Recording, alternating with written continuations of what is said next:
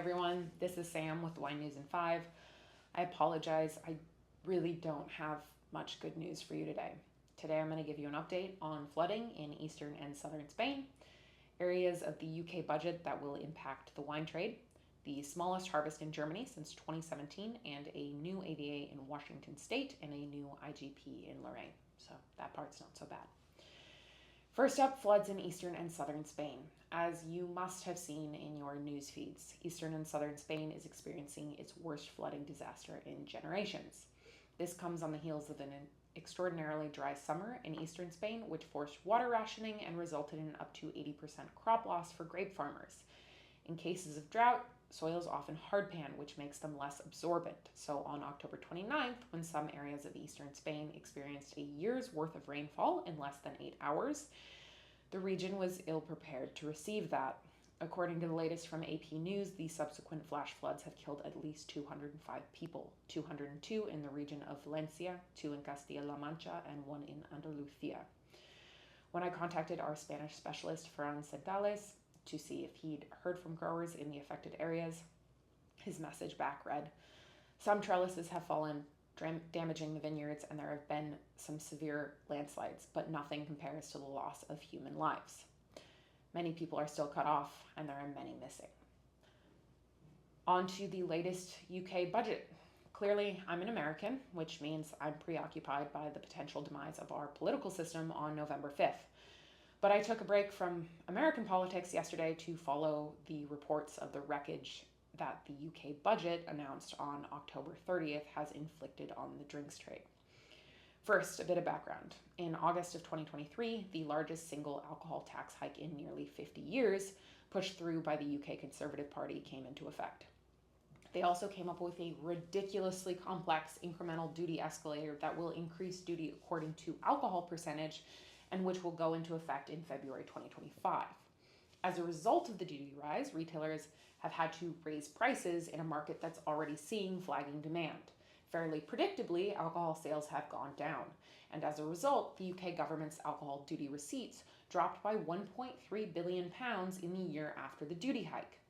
In July, the UK went from a Conservative government to a Labour government. The economy is in rough shape. Duty hikes were expected. But, as last year illustrated, hiking duty on a struggling product is not likely to result in increased revenues for anyone. And because of that, the UK drinks trade was sincerely hoping for a duty freeze.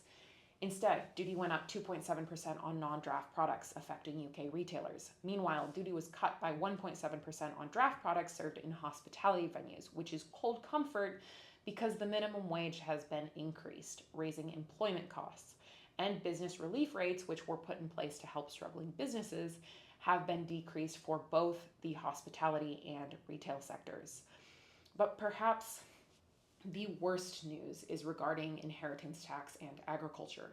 For years, the UK has had what's called APR, or Agricultural Property Relief, which waives inheritance tax on the transfer of agricultural property. On October 30th, it was announced that this was changing and that there will now be a £1 million inheritance tax relief cap, after which inheritance tax will apply with 50% relief. Inheritance tax is generally 40% in the UK. With 50% relief, it's still 20%. So if you pass a £2 million farm to your child, they're required to pay the government £200,000 on the £1 million above threshold. In theory, this might sound fair, but consider that farming is a land-rich, cash-poor endeavor. Returns aren't great at the best of times, and without the cash to pay the inheritance tax, farmers will be forced to sell pieces of their land in order to pay that. There's a real fear right now that it won't be individuals buying that land, it will be large-scale agribusinesses. On to the smallest harvest in Germany since 2017. The German Wine Institute, DWI, reported on October 24th that harvest volumes are expected to be 10% below the 10-year average, the lowest volume since 2017. Much of this shortfall is due to frosts in April of this year that damaged buds and resulted in loss of yields. However, the Rheingau and Pfalz saw less damage and are only down 1% and 4% respectively, and the Rheinhessen is actually up 7%. Finally, a new AVA for Washington State and a new IGP for France.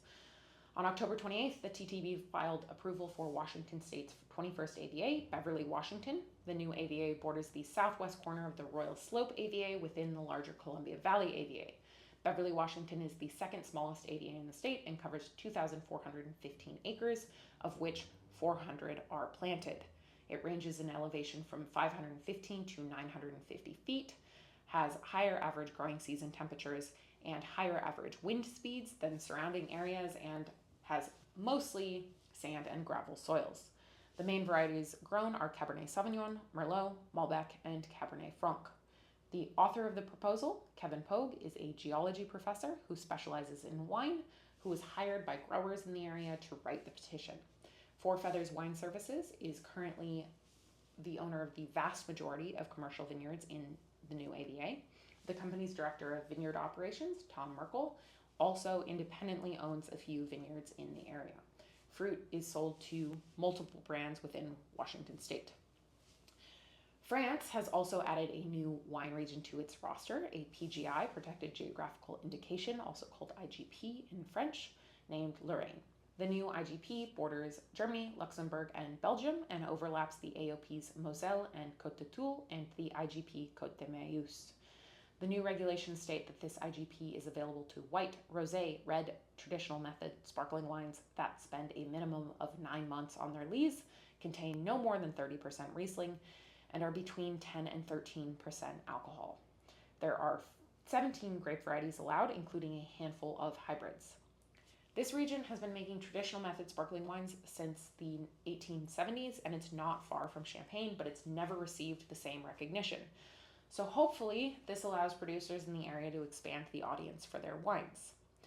That's all for this episode of the Wine News. If you enjoy this newscast and you'd like to see it continue, please subscribe to jancesrobinson.com. And if you have breaking news in your area, please email news@jancesrobinson.com. Thanks.